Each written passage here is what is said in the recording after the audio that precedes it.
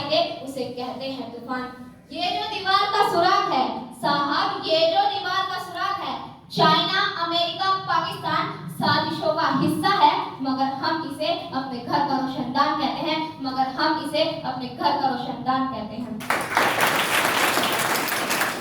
मैं नैना चंद्रा देश प्रेम और राष्ट्र निर्माण के कुछ विचार आप सभी के साथ साझा करना चाहती हूँ। आजादी, आजादी का असली मतलब वही समझ सकता है जिसने कभी गुलामी की हो, जिसने कभी गुलामी की हो। हम सौभाग्यशाली हैं कि हमने स्वतंत्र भारत में जन्म लिया। यूं तो आजादी की लो 1857 में ही जल चुकी थी, जिसने मशाल बनकर 1947 में हमें आजाद कराया। प्राचीन, मध्यकालीन और वर्तमान भारत के उदाहरणों से यह स्पष्ट करना चाहूंगी कि जब हम फिरंगियों के फेरे में फंस गए थे तो रंग दे बसंती चोला की एक आवाज पर टोलों के डोले उमड़ाते थे और उनके वंदे मातरम के नारों से खून में आने वाला 5-5 डिग्री का तूफान अंग्रेजी शासकों की जड़ों में तूफान ला देता था। लोग मर जाते थे, मिट जाते थे, फांसी चढ़ जाते थे, तो वो भी अपनी देशभक्ति साबित कर रहे होते थे, क्योंकि उस दौर की देशभक्ति की कसौटी थी। उसके बाद 62, 65 और 71 के युद्धों में अपना सुहाग गवा देने वाली औरतें जब घर के हालात ये हो जाया करते कि प्यार भी भरपूर गया, मांग का सिंदूर गया, बाप की कमाई गई, भाई की पढ़ाई गई, ऐसा एक विस्फोट हुआ, पता भी चला नहीं। और आपके लिए तो एक आदमी मरा है साहब, मेरे घर की तो रोटियां चली गई, मेरे घर की तो रोटियां चली गई।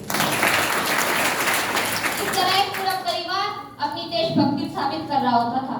तब देश लड़ जाने को कहता था, मिट जाने को कहता था, फांसी चढ़ जाने को कहता था, किंतु आज देश लड़ जाने को नहीं कहता, मिट जाने को नहीं कहता, फांसी चढ़ जाने को नहीं कहता, बल्कि मेरे विचारों में यदि कोई व्यक्ति अपना कार्य पूरी ईमानदारी, पूरी मेहनत और पूरी लगन से करे ना, तो वही सच्चा देशभक्त है।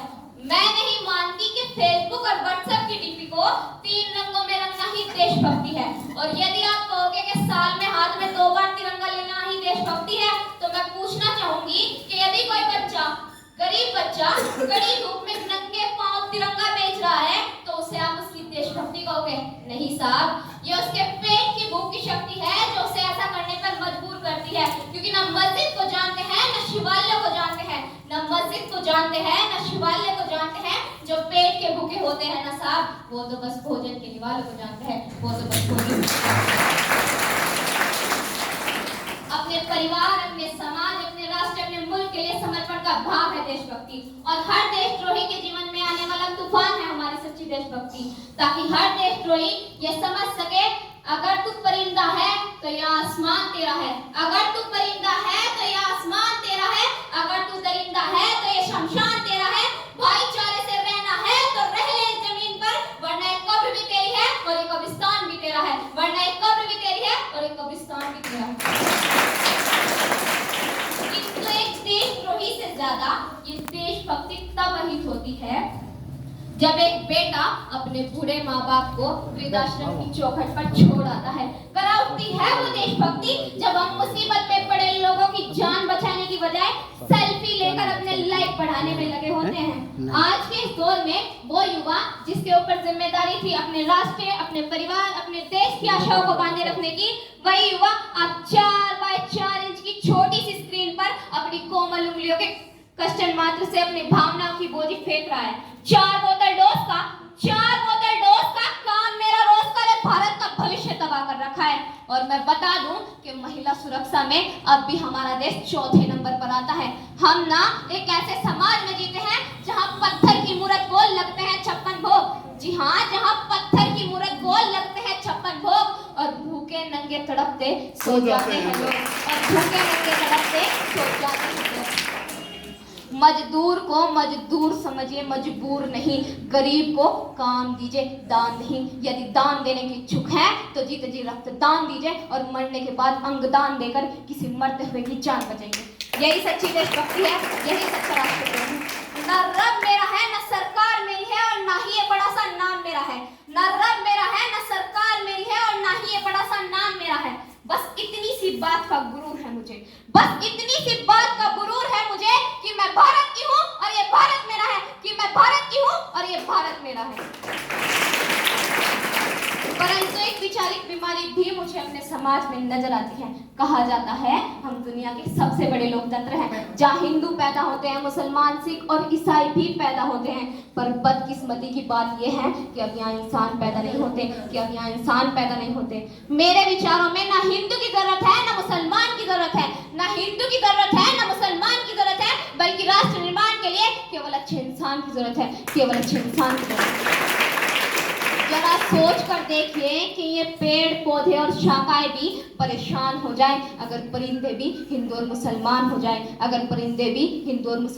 जाएं, एक शैक्षिक बीमारी भी मुझे अपने समाज में नजर आती है। और बड़े आश्चर्य की बात है कि इस देश ने पूरी दुनिया को तक्षशिला और नालंदा देकर के विश्वविद्यालय शिक्षा की बुनियाद देकर के रखी। आज विश्व के 100 सर्वश्रेष्ठ विश्वविद्यालयों में से हमारा एक भी विश्वविद्यालय खड़ा नहीं हो पाता है। जहां एक और हमारे पास NIT, IIT, IIM जैसे शिक्षण संस्थान है, वहीं दूसरी ओर इस देश के गरीबों को बेरोजगारी की जमात में सर्व शिक्षा अभियान का झुंझुना पकड़ाकर खड़ा कर दिया जाता है। और मैं बता दूं कि शैक्षिक बीमारी का बस एक कारण है, वो है हमारी शिक्षा नीति, जो केवल दो तरह के लोगों के लिए बनी है, पहले वो जो विद्वान है, जी हाँ, पहले वो जो विद्वान है और दूसरे वो जो धनवान है। इस तरह की कई अजबो गजब बीमारियां हैं और इन बीमारियों की जो जड़ है ना, वो है हमारा अंधविश्वास। मेरे विचारों में जब तक इस देश का युवा मंदिरों में जा जाकर नारियल फोड़ फोड़ कर भगवान को रिश्वत लगाता रहेगा, इस समाज का शिक्षित वर्ग ही बिल्ली के रास्ता काटने पर खड़े हो जाना, अपनी जाति, अपने धर्म को ऊंचा मानकर दूसरे धर्मों की अवहेलना करता रहेगा, तब तक ना तो हमारा अंधविश्वास खत्म होगा और ना ही राष्ट्र निर्माण संभव होगा। हमारा राष्ट्र निर्माण तब संभव होगा जब इस देश में महिलाओं की पूजा नहीं, उनकी इज्जत की जाएगी। राष्ट्र निर्माण तब संभव होगा जब स्वच्छ अभियान में केवल सरकार नहीं, सड़क पर चलने वाला हर एक व्यक्ति हाथ बटाएगा। असल मायने में राष्ट्र निर्माण तब संभव होगा जब एक गरीब बच्चा मध्याह्न भोजन के लिए नहीं, बल्कि ज्ञान अर्जन के लिए सरकारी स्कूल जाएगा। जब तक एक नागरिक नैतिक रूप से सतीन, चारित्रिक रूप से भ्रष्ट, मानसिक रूप से दिवालिया, राजनीतिक रूप से अच्छा, स्वच्छ मान मूल्यों के आंकड़ों में छिन्न छिन्न पैबंद में अखंड भारत को खंड खंड करता रहेगा, तब तक हमारा राष्ट्र निर्माण संभव नहीं होगा। बड़ी बड़ी बातें नहीं, छोटी छोटी कोशिशें करनी चाहिए, क्योंकि ठोकर हमें पत्थर से लगती है, पहाड़ से नहीं। I being an Indian, I being a student, I being a simple daughter of his motherland, feel proud to be an Indian। और मैं सैल्यूट करना चाहूंगी सरहद पर दिन रात खड़े उस जवान को, इस देश के पुलिस प्रशासक और किसान को, और इस देश के हर इस व्यक्ति को जो अपना कार्य पूरी ईमानदारी, पूरी मेहनत और पूरी लगन से किया करते हैं, जिनके बिना राष्ट्र निर्माण की कल्पना करना भी असंभव है।